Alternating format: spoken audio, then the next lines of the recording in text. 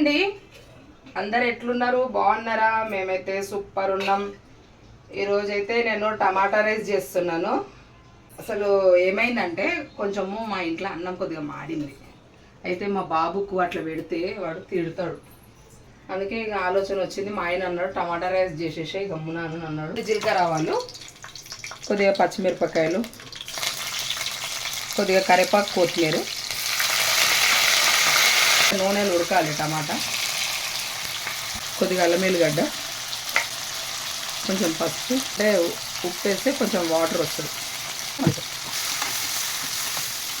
కొంచెం కారం వేసుకోవాలి.